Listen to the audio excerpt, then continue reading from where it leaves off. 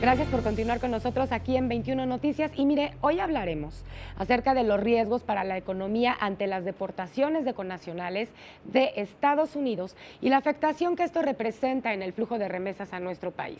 Para ampliar el panorama sobre esta situación, me acompaña en el estudio de Capital 21 Luis Ángel Jacome García. Él es asesor director general del INEA, Programa Educación Sin Fronteras. Gracias por acompañarnos. Buenas noches, María, y buenas noches a todo tu auditorio. Gracias a ustedes por la invitación. Gracias a ti. Bueno, más de 500,000 mexicanos están en espera de ser deportados de Estados Unidos y vienen a diferentes puntos de la República Mexicana. ¿Cuál es el principal riesgo que afectará las remesas que tiene esta nueva política migratoria? Pues mira, el principal riesgo, María, es efectivamente que el gobierno de los Estados Unidos cumpla lo que ha venido manejando acerca de bloquear de cierta manera las remesas o en su caso gravarlas, ponerles un impuesto. Esto golpearía directamente a quienes reciben el dinero o aquella moneda extranjera aquí en el territorio nacional. Ese es el principal riesgo que tiene actualmente el flujo de remesas a México. Sin embargo, hay quienes dicen que en una opinión muy adelantada todavía, pero dicen que se mantendrá en los mismos niveles que 2016 el flujo de remesas aquí en México. Sí, justo es lo que quería comentar contigo. Este 2017 no tendrá un crecimiento tan grande en las remesas, ¿no? Se mantiene mucho en los números anteriores. Y yo quiero preguntarte, ¿esto es un retroceso? Un retroceso como tal no es. Ha habido un crecimiento en el flujo de remesas. En el presente sexenio del 2013 a la fecha. Hemos tenido un incremento incluso con respecto, 2016 con respecto a 2015. Las remesas crecieron 9%. Si hubo un retroceso, aquí tengo una gráfica, sí hubo un retroceso, digamos, de 2014 a 2015, pero esto se subsanó en 2016. Sí, ¿no? Correcto. Ha sido un crecimiento constante y el hecho de que permanezca el flujo de remesas en 27,000 millones de dólares aproximadamente, si acaso puede ser interpretado como una situación inercial, ¿no? Pero un retroceso como tal no es. Ok. ¿Quién pierde en este proceso, licenciado?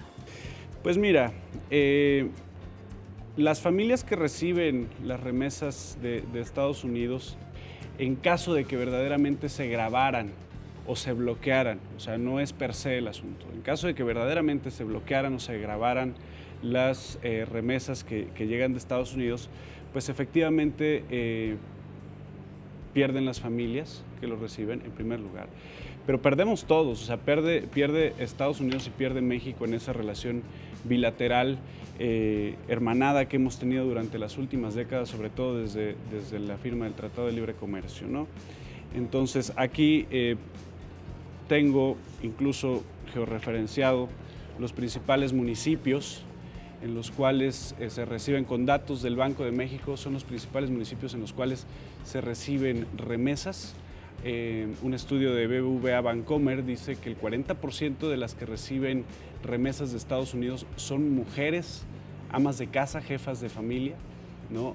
Y hay alrededor de 400,000 micronegocios en México que, bueno, pertenecen a personas que reciben estas remesas.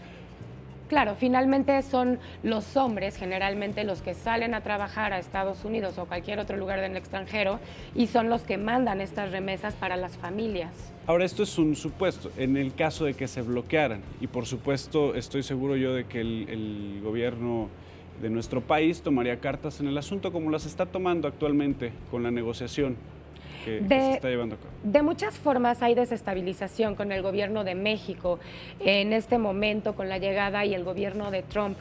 ¿Cómo se encuentra la inflación?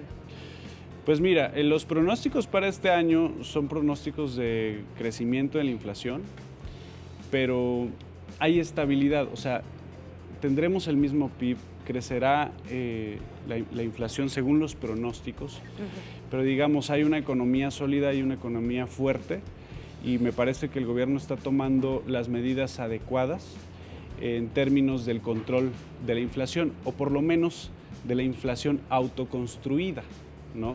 que es la que depende principalmente de las medidas de la política monetaria que tome en cuenta el gobierno de la República.